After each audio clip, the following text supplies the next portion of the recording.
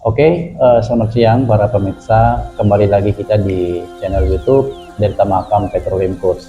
Hari ini, alhamdulillah kita kedatangan sosok yang sangat luar biasa, ya Pak Winarno. Selamat datang Pak Selamat datang, di YouTube channel Delta Makam Pak ya. Siap. Ya, Pak Winarno, kita mungkin ngobrolnya santai aja Pak ya. Betul. Ya santai aja, karena ini memang ya kita mau mendengarkan nih sosok seorang Winarno nih ya, yang saya ketahui itu adalah Pak Winarno ini adalah seorang expert di bidang service company. Benar ya Pak ya? Betul. Ya kalau ini bajunya kan sudah sangat Weltekindo. Oke Pak, Pak Win panggilannya tadi akrab dengan Pak Win ya. Pak Win, saya mau tanya nih langsung aja nih Pak. Siap. Kira-kira sejarah Weltekindo ini seperti apa sih sebenarnya Pak Win? Ya, pertama Weltekindo ini saya masuk tahun 1990 Pak ya. Ya. Itu di Kalimalang. Ya. Okay. Tapi sebelum itu Weltekindo sudah berdiri. Mungkin tahun 85 atau berapa itu sudah berdiri. Cuman saya masuk 1990. Oke. Ya. Saya sempat kerja di workshop yaitu hampir setahun. Ya. Terus saya dikirim ke Aceh Pak. Di Aceh karena di Aceh ini dapat kontrak. Oh gitu. Ya, tapi di Aceh satu tahun saya kembali lagi ke Jakarta karena dipanggil oleh bos kalau di Kalimantan total dapat kontrak. Itu tahun 1992. Jadi saya sempat juga bikin unit, ya kan, ikut unit. Selesai 92 itu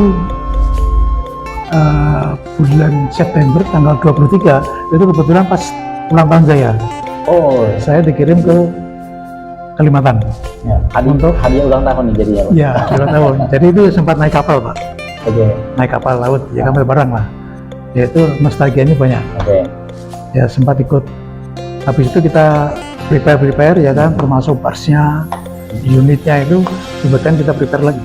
Nah, seperti itu. Jadi boleh dikata Pak Win ini adalah orang yang pertama saksi sejarah Weltekindo ini terbentuk seperti itu Pak. Kalau di Kalimantannya dikirim ke Kalimantan, ya. Saya orang yang pertama. Oke. Jadi nomor bed saya itu 001. Ya. Wah, seperti itu. Orang pertama. Jadi memang yang membuka untuk ya babat alas lah. Kalau gitu ya. Ya termasuk Pak Jimmy lah. Pak Jimmy orang di Kalimantan. Okay. Nah itu sejarahnya ya Pak. Sejarahnya. Nah ini Pak, saya bertanya tentang pengalaman success story-nya sih Pak. Di Weltekindo pada saat Bapak ini tadi kan sudah langlang buana istilahnya Pak. Dari Aceh tiba-tiba nanti di Kalimantan. Nah karena kita ini di Kalimantan Pak, kira-kira pengalaman atau success story-nya Bapak itu sampai Weltekindo itu mendapatkan proyek lagi atau seperti apa itu gimana Pak cara Bapak membangun, apa dari timnya seperti apa atau ada kiat-kiat khusus ya? Gitu, Pak. Yang pertama itu support dari pimpinan Pak ya. Ya. Dari Pak almarhum Pak Edwin sendiri yang sekarang sudah meninggal, itu supportnya sangat bagus. Ya. Dan pendekatan dari karyawan itu juga prioritas pertama. Ya. Satu itu. Jadi karyawan pun merasa puas untuk kerja siang malam ya, untuk prepare unit, untuk prepare bus. Kebetulan pada waktu itu kita dapat 5 unit di total sendiri. Jadi itu ya kerja pun siang malam ya untuk prepare bus itu sampai mendapatkan target lah yang harus dicapai seperti itu. Jadi kalau untuk makan pun kita ya kadang-kadang kita nggak sampai kepikiran karena kita hanya bikin kerja terus seperti itu Pak ya. Di waktu itu betul-betul dipergunakan untuk ngejar target itu tadi. Dan akhirnya target itu tercapai. Itu sangat puas juga almarhum kan. Itu terus tahun 95 itu dapat kontrak lagi Pak. Itu di Paiko yaitu itu 5 unit. Jadi ini bukan mundur tapi maju kan seperti itu ya. Itu supportnya dari karyawan sendiri, loyalitasnya ya itu sangat bagus. Ya Pak Win, tadi kan sudah diceritakan pengalaman sampai makan pun sampai tidak Tidak terpikirkan lagi begitu sampai untuk mengejar namanya target. Dan akhirnya target ini terpenuhi, alhamdulillah. Alhamdulillah. Ya. Yang saya mau tanya ini lagi Pak, URT Kindo ini kalau secara core bisnis itu mainnya atau bergerak di bidang apa Pak untuk servisnya ini? Apakah tadi yang disampaikan bus itu bus crane apa atau wireline, slickline seperti apa Pak ini? Karena gini Pak, kalau untuk di total ya, kemarinnya total gitu ya pada itu ya. Total ya. Itu memang supportnya itu pakai bars Pak. Oke. Ya. Jadi di bars itu ada crane, ya kan, ada wireline unitnya, termasuk equipment-nya seperti itu. Jadi itu sudah menyatu satu kontrak Pak. Sudah menyatu dalam satu kontrak. Kontrak. Terkecuali itu yang di PP1 atau PKP. PKW itu kita hanya support unit dan equipment aja. Jadi yang pakai bars. Ya. Jadi Pak Win dalam menjalankan operasional sehari-hari itu ada berapa tim yang Bapak? Untuk satu bars itu untuk slickline-nya Pak ya. Betul, slickline itu ada 3 ditambah 1 mekanik. Jadi ada 4. Satu bars itu belum punya bars ya. Punya bars itu ada 3 kalau nggak. Jadi untuk mengerjakan satu proyek itu hanya dibutuhkan 4 orang saja. 4 orang itu sebetulnya 3 orang Pak. Hanya mekanik aja yang stay. Oke. Di situ ya. Berarti memang tidak terlalu banyak lah untuk. Enggak. Cuman secara pekerjaannya ini bukan pekerjaan yang ya pastinya dia akan high risk karena high risk kan Pak. Iya. Nah ini yang paling menarik nih pertanyaan saya nih Pak.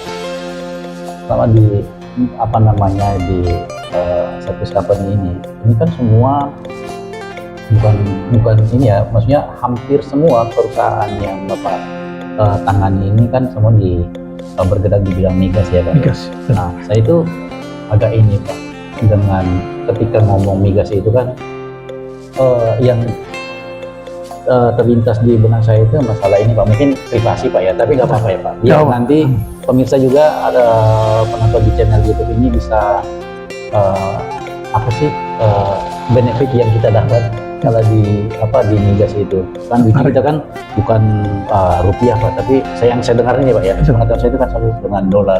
Sangat menarik kan. Mungkin bisa sharing Pak. Ya kalau apa ya, majunya perusahaan URT Kindo ini dulu pada waktu dolar naik Pak. Oke. Itu jadi upnya terlalu tinggi, terlalu cepat. Jadi semakin dolar naik semakin bagus Pak? Semakin bagus. Seperti itu. Karena ini juga termasuk dari apa ya, karyawan pun juga ikut sejahtera ya. Ikut sejahtera. Mungkin masalah pil bonus per D-nya ya kan, itu ada gitu. Pil bonus per D? Per D ada. Jadi kalau naik 2 minggu itu kan 14 hari. Ya. Jadi itu per D-nya itu dihitung Pak. Ya. Kalau untuk karyawan kayaknya rupiah aja Pak. Cuman oleh company ke servisnya ya kan, yaitu PT-nya itu kontraknya dolar kayaknya. Dengar saya seperti itu. Jadi sangat apa namanya effort yang dikeluarkan itu sebanding dengan ya tadi kan Bapak bilang sampai makan aja tidak terpikirkan. Tapi itu pada waktu prepare Pak ya. Itu persiapan. Jadi pada saat membangun URT Kindo ini sampai segitu Pak ya tadi. Betul. Oke.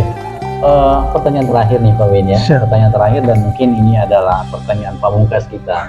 Karena kami di pendidikan Delta Mahakam membuka peluang untuk anak-anak muda ya khususnya yang berdomisili di Kalimantan Timur, tapi tidak tertutup juga untuk dari luar seluruh Indonesia, bahkan dari luar negeri pun juga kita terima. Kita sudah menjalankan kurang lebih 3 kali pertemuan, 3 kali kelas terkait dengan slickline tadi.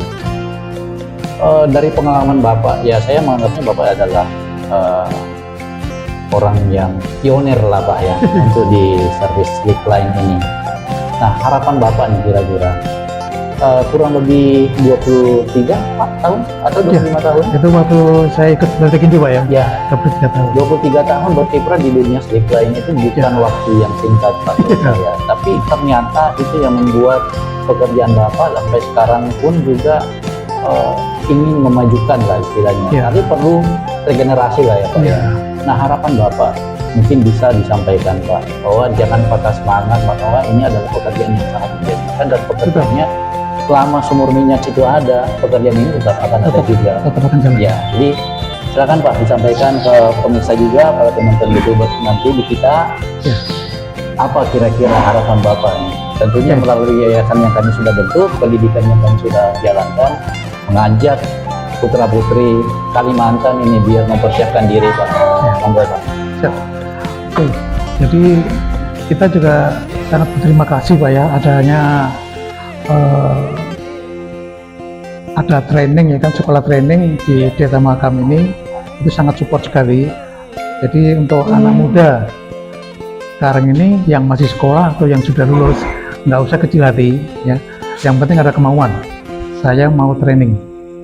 Kebetulan Desa Mahakam ini punya sekolah training. Jadi pada waktu mau melamar pekerja itu kita sudah siap punya sertifikat. Jadi untuk mempercayakan bahwa perusahaan ini, si anak ini sudah punya sertifikat dan sudah kursus seperti itu. Jadi itu juga perlu adanya support dari orang tua. Satu, yang kedua support dari kepala sekolah. Ya sekolah lain lah. Itu yang satu lagi Pak, support dari pemerintah setempat Pak. Ya setempat itu sangat perlu. Karena ini adalah salah satu bentuk juga untuk membantu mengurangi angka pengangguran Pak. Betul ya. Siapa tahu ada yang udah lulus sekolah atau yang masih sekolah, biaya untuk training itu nggak ada. Betul. Tapi saya yakin juga pemerintah juga mudah-mudahan ikut support Pak ya. Betul Pak. Terus yang ketiga, pimpinan dari Desa Mahakam sendiri punya apa ya, punya sedikit toleransi seperti itu. Itu maksudnya tuh biaya sekian tapi bisa sekian seperti itu. Karena tujuan juga Desa Mahakam ini mudah-mudahan ini amanah Pak ya, amanah untuk bangsa kita. Betul, Pak. Dan pemerintah mudah-mudahan juga ikut memikirkan seperti ini. Terima kasih juga bahwa Desa Mahakam ini ada training gitu. Karena selama ini saya kan mungkin saya nggak keluar Pak ya, saya hanya di rumah aja. Tapi mana sih sekolah training sekarang ini? Nah ini sampai sekarang saya belum tahu. Jadi ini sekarang ada teman ke teman ini komunikasi ini ternyata inilah ada Desa Mahakam ini ternyata muncul lagi seperti ini. Nah ini pokoknya support saya yang lulus atau yang sudah lulus siap untuk cari ilmu. Kalau pengen di migas seperti itu. Saya yakin juga oil company itu sangat diperlukan Pak. Karena kalau sudah punya sertifikat sekolah yang benar, saya yakin itu akan diambil. Mungkin kontraktor pun juga akan mengambil karyawan tersebut. Seperti itu. Ya. Terima kasih Pak Win atas bincang-bincangnya hari ini, sangat luar biasa. Ya. Dari pengalaman dari Pak Win sampai harapannya ya Pak, sampai harapannya untuk para putra-putri daerah Kalimantan secara khususnya. Jadi sehingga kita bisa lebih memajukan sesuai dengan harapan pemerintah kita bahwa Indonesia siap untuk swasembada migas. Sekali lagi ya saya ucapkan terima kasih atas waktu dan kehadirannya Pak Winarno. Sama-sama. Ya, semoga dengan hasil dari bincang-bincang kita ini bisa memberikan manfaat buat para pencari kerja tentu tadi melirik lah dunia migas ini. Terima kasih Pak Win. Siap. Ya, selamat siang ya. Sama-sama.